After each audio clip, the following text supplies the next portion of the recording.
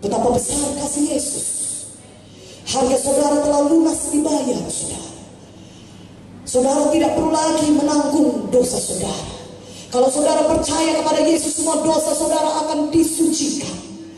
Tuhan Yesus berkata dalam Yesaya 1:18, walaupun besar dosamu merah patna seperti kirmisi, akan menjadi putih seperti salju. Walaupun dosa kita berwarna merah seperti kain kesumba, kita berkata ini jahat, aku orang jahat. Orang lain mungkin tidak tahu, tapi aku tahu betapa jahatnya aku.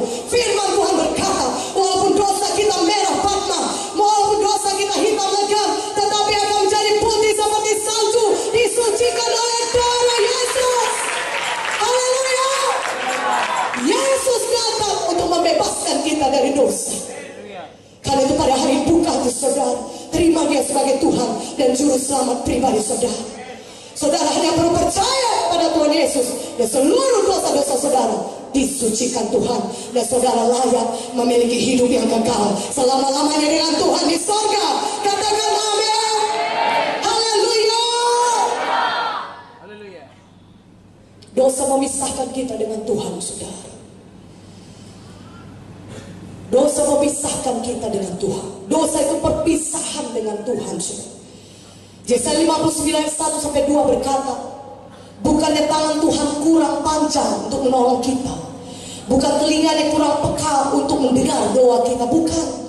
Tetapi yang merupakan pemisah antara kita dengan Tuhan adalah segala dosa-dosa kita.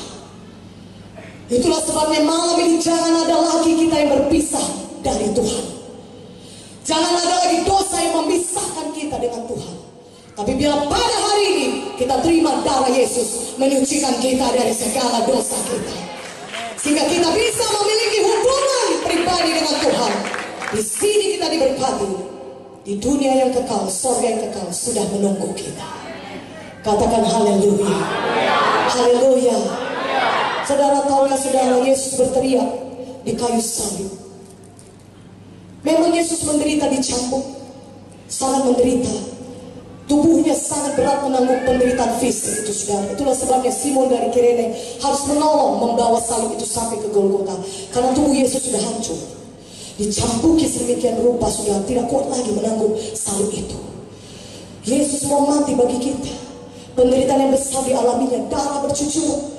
Itu satu penyiksaan yang paling mengerikan, disalibkan, saudara. Darah saudara disedot habis sampai saudara mati. Darah saudara menetes terus sampai saudara mati, saudara. Itu satu hukuman yang paling mengerikan, hukuman salib. Tapi tahukah saudara, sengsara Yesus yang paling besar sebenarnya adalah apa? Dia berpisah dengan Bapaknya. Itulah sebabnya ketika di kayu salib dia berteriak. Dia memang berat menderita semua sakit itu, tapi yang paling berat baginya ketika dia berpisah dengan Bapaknya. Dia harus menanggungkan semua dosa manusia ini. Karena itu dia berpisah, dia berteriak, Eloi, Eloi, lama sabachthani. Artinya, Allahku, Allahku, mengapa engkau meninggalkan aku? Tidak tahan hati Yesus. Dia berpisah dengan Bapaknya. Tidak pernah berpisah Yesus dengan Bapaknya. Kenapa Yesus mau menanggungkan itu? Supaya saudara dan saya tidak perlu lagi berpisah dari dia. Supaya saudara dan saya bisa selama-lamanya dengan dia di surga. Katakan haleluya. Kasih Yesus begitu besar, kasih Bapa begitu besar. Dia mengaruniakan anak yang tunggal mati bagi kita, supaya barang siapa yang percaya kepada Yesus tidak binasa, melainkan beroleh hidup yang kekal. Hari ini saudaraku, bagaimanapun besarnya dosa saudara, biarlah Yesus menyucikan semua dosa saudara dan menjadikan saudara baru, ciptaan baru di dalam Tuhan. Dan kita mulai dengan hidup yang menang bersama-sama dengan Yesus. Haleluya. Katakan haleluya. Saudaraku, 2 Petrus 1 ayat 3. Buka Alkitab saudara, dari 2 Petrus 1 ayat 3. Saya mau saudara melihat hal ini. Karena kuasa ilahinya telah menganugerahkan kepada kita segala sesuatu yang berguna untuk hidup yang saleh oleh pengenalan kita akan Dia. Ia telah memanggil kita oleh kuasa yang mulia dan ajaib. Haleluya. Tuhan berkata, Tuhan sudah mengaruniakan segala sesuatu yang berguna kepada kita untuk hidup yang saleh.